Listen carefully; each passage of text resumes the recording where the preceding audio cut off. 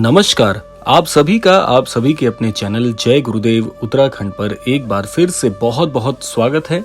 कामना करते हैं कि आप और आपके परिजन सभी स्वस्थ होंगे। इसी कामना के साथ आइए बढ़ते हैं आज के इस दिव्य क्रमांक की ओर। कभी कभी जीवन में ऐसी घटनाएं घटती हैं जो हमारे समझ से परे होती हैं।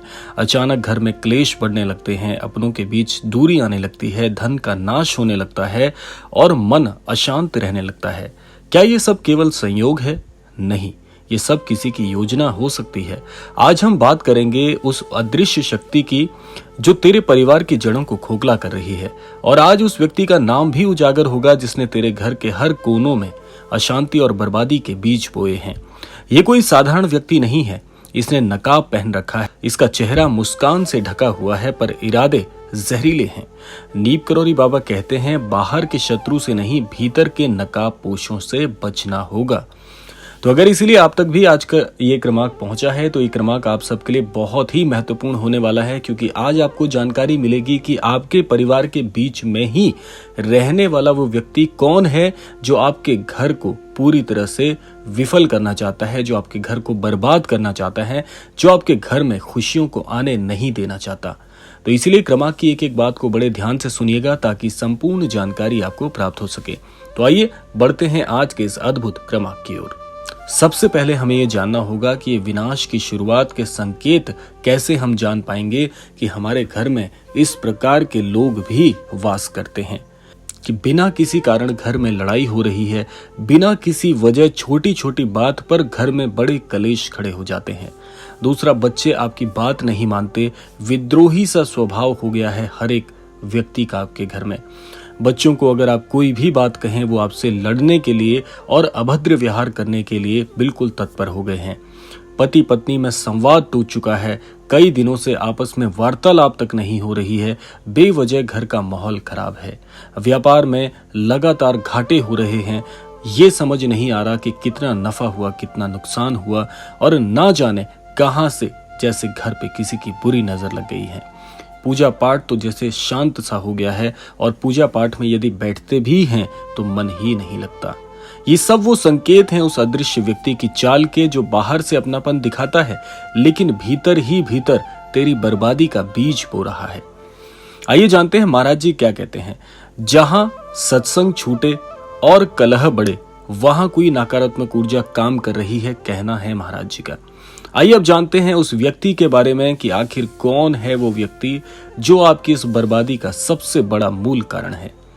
प्रश्न उठता है, वो व्यक्ति कौन है, उसकी पहचान कैसे होगी? सबसे पहले आप इस बात को बड़े ध्यान से सुनिएगा कि वो कोई बाहर का व्यक्ति नहीं है, वो आपके घर के भीतर ही हो सकता है।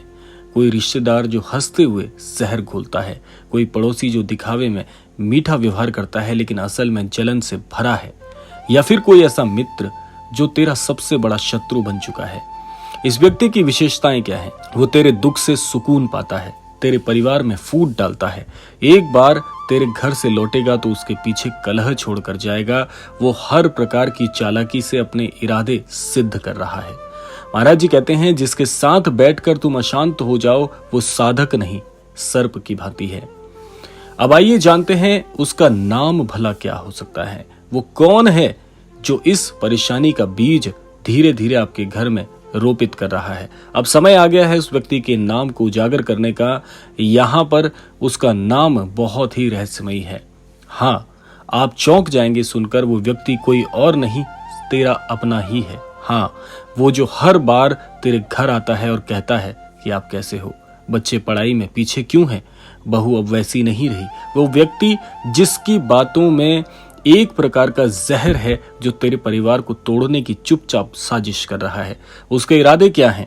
वो जलन से भरा हुआ है, द्वेष करता है, अधिकार की भावना रखता है, खुद को बड़ा दिखाने के लिए तुझे छोटा करता है, तेरी सफलताओं पर हंसता है और तेरी सफलताओं को भाग्य के भरोसे मानता है। अपने स्वार्थ के लिए तेरे घर का चैन लूट रहा है। महाराज जी ने कहा था कि मौन रहो पर आंखें खोल कर चलो। धोखा वही देता है जो अपना सा लगता है। अब क्या करें, समाधान क्या है?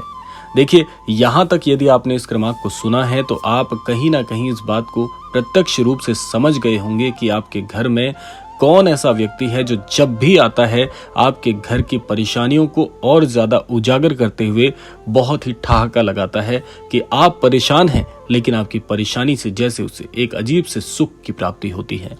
ऐसा व्यक्ति जो कहीं ना कहीं अपनी छाप छोड़ चुका है आपके हृदय में, और अब कहीं ना कहीं जानते भी हैं कि ये व्यक्ति कौन हो सकता है जो आपके दुख पर इतना प्रसन्न है। उसके शरीर में आपके दुखों को देखकर रक्त बढ़ रहा है। वो और भी ज्यादा प्रफुल्लित होता है जब आपकी हार के बारे में सुनता है। समाधान क्या है, अब बात करते हैं। बाबा के बताए ये 5 उपाय आपको अपनाने हैं। सबसे पहला है सत्संग और हनुमान चालीसा। हर मंगलवार और शनिवार को संगीतमय हनुमान चालीसा का पाठ घर में जरूर कराएं। नीप करोड़ी बाबा स्वयं हनुमान जी के परम भक्त थे और कई अनन्य भक्त कहते हैं कि महाराज जी ही स्वयं श्री हनुमान जी के अवतार हैं।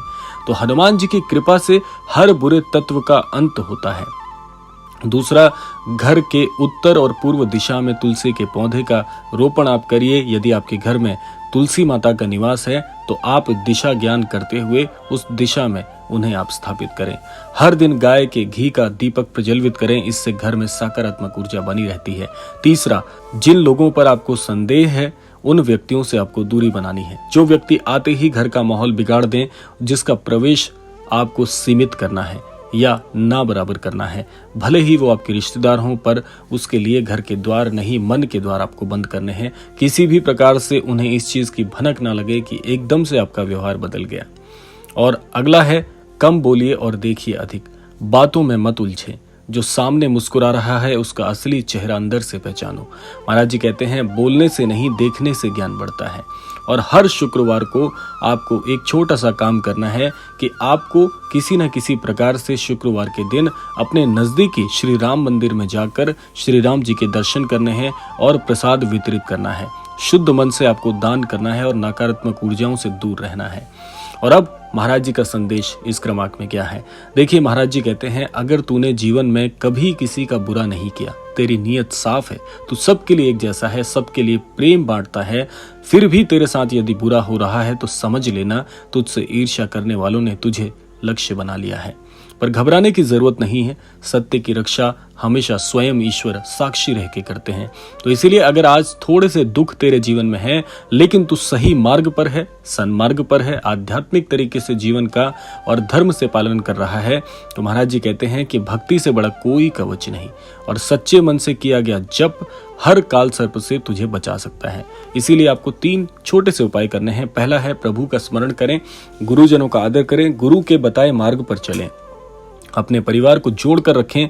हर दिन सुबह जल अर्पण करते समय ये संकल्प लीजिएगा कि हे प्रभु, जो मेरे परिवार के लिए बुरा चाहता है उसका भी कल्याण हो, पर उसकी बुराई मेरे परिवार को छू ना सके। इसीलिए आप इस प्रकार से शुद्ध मन से जब प्रार्थना करेंगे तो आप समझ जाएंगे कि आपके जीवन में बहुत जल्दी अच्छे समय की शुरुआत होने वाली है।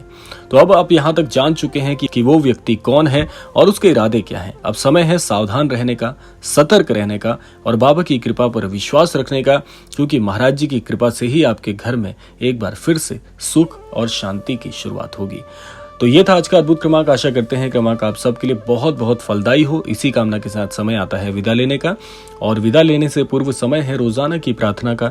यही प्रार्थना करना चाहूंगा कि श्री महाराज जी सभी को सन्मति और सद्बुद्धि की प्राप्ति कराएं और इस संपूर्ण सृष्टि का, इस संपूर्ण लोक का कल्याण हो। इसी कामना के साथ विदा लेते हैं। मिलते हैं अगले क्रमांक में। तब तक के लिए जय श्री राम, जय गुरुदेव, जय उत्तराखंड।